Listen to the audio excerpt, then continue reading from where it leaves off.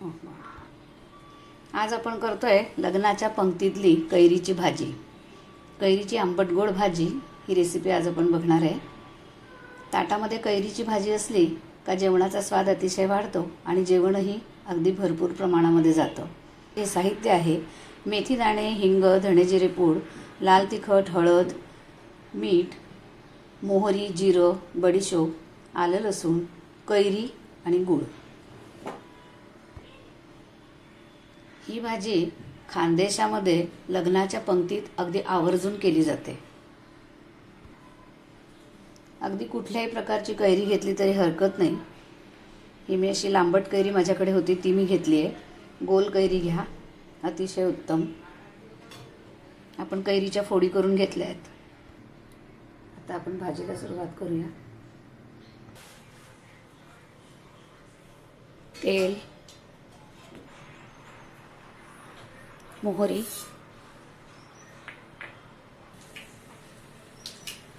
मोहरी तडतडल्यावर जिरं,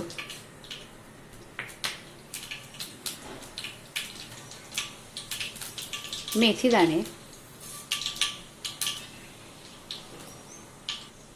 आलं आणि लसूण,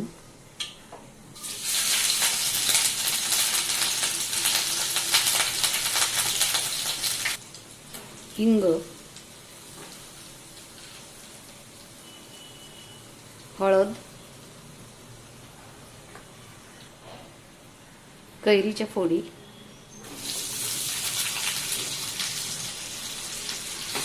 परतून घेऊया.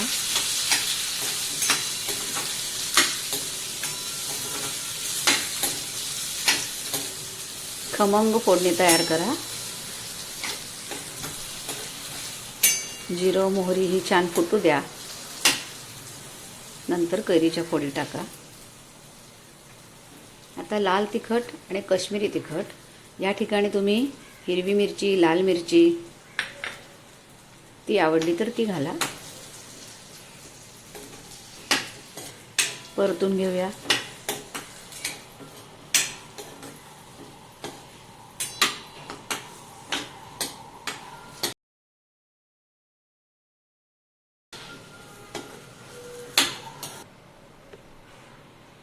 बडीशोप तेलात टाकली तरी चालेल.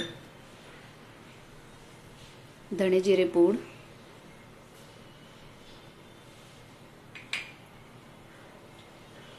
चवीपुरता मीठ, परतून घेऊया.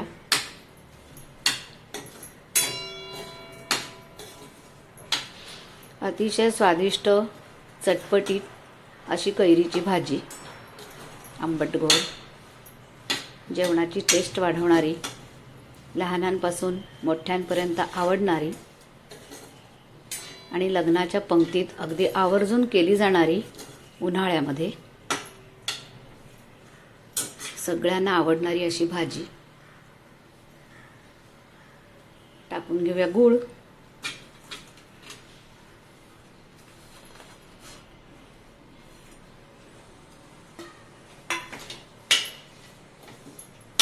परतून घेऊया.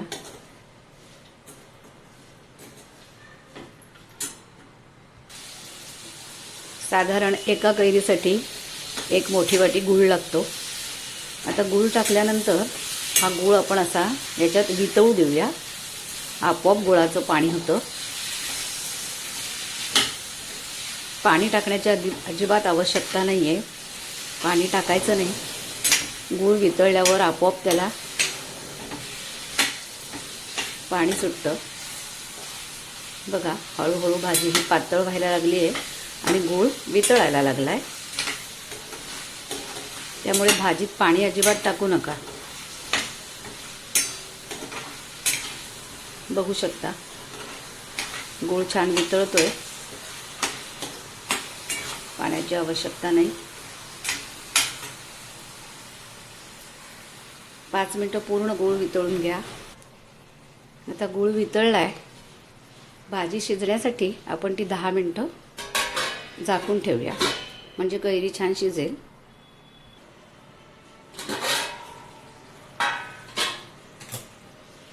बघू शकता पाण्याची आवश्यकता नाही आहे. हे बघा, गूळ वितळल्यानंतर आपोआप त्या गुळातच ही भाजी शिजते, त्यामुळे पाणी टाकू नका. पाणी जर टाकलं तर भाजी ही टिकत नाही, म्हणून ती गुळातच शिजवायची आहे, गुळाच्या पाकातच.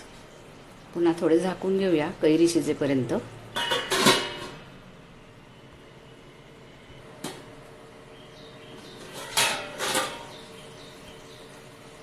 छान फोडी शिजत आहेत गुळामध्ये.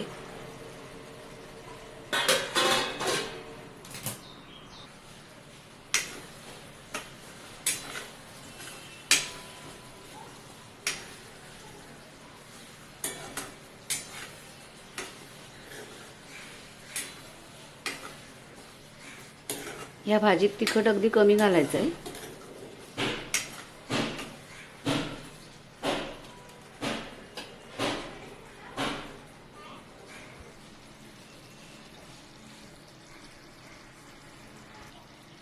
अशा प्रकारे ताटली झाकून बारीक गॅसवरती 10 मिनटं ही कैरी शिजायला वेळ लागतो.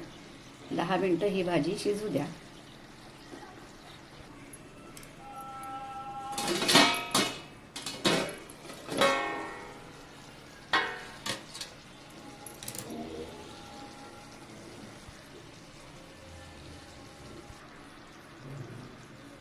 बघू शकता, आपण बारीक गॅसवरती 10 मिनटात त्या कैरीच्या फोडी शिजवून घेतल्या आहेत.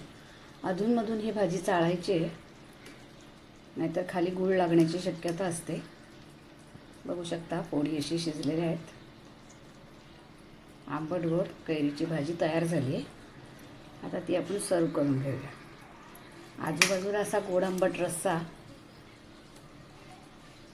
आणि ही कैरीची भाजी जेवताना अतिशय छान लागते.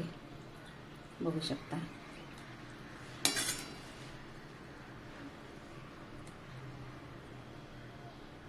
अशा प्रकारे ही भाजी तयार करा. सर्व करून घेऊया.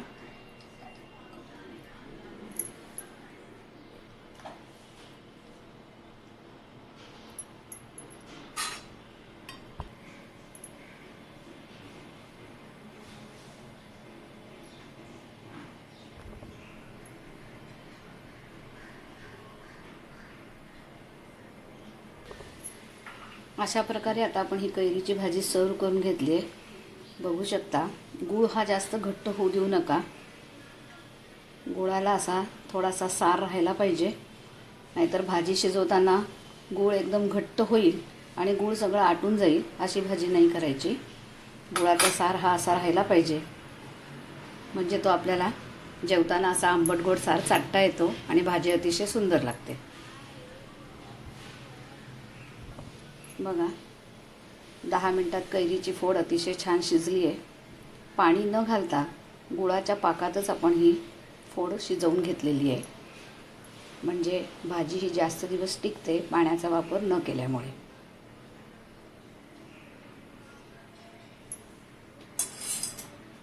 अतिशय करायला सोपी भाजी आहे.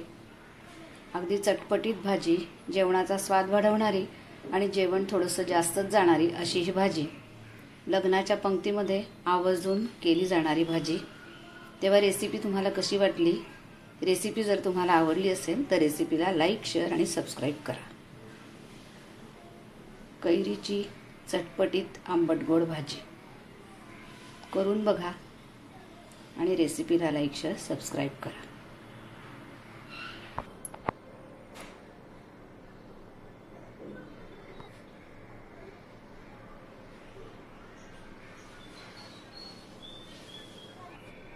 तुम्हाला नक्कीच आवडली असेल.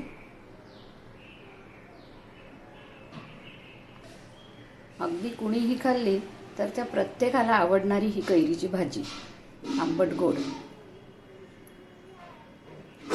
करून बघा.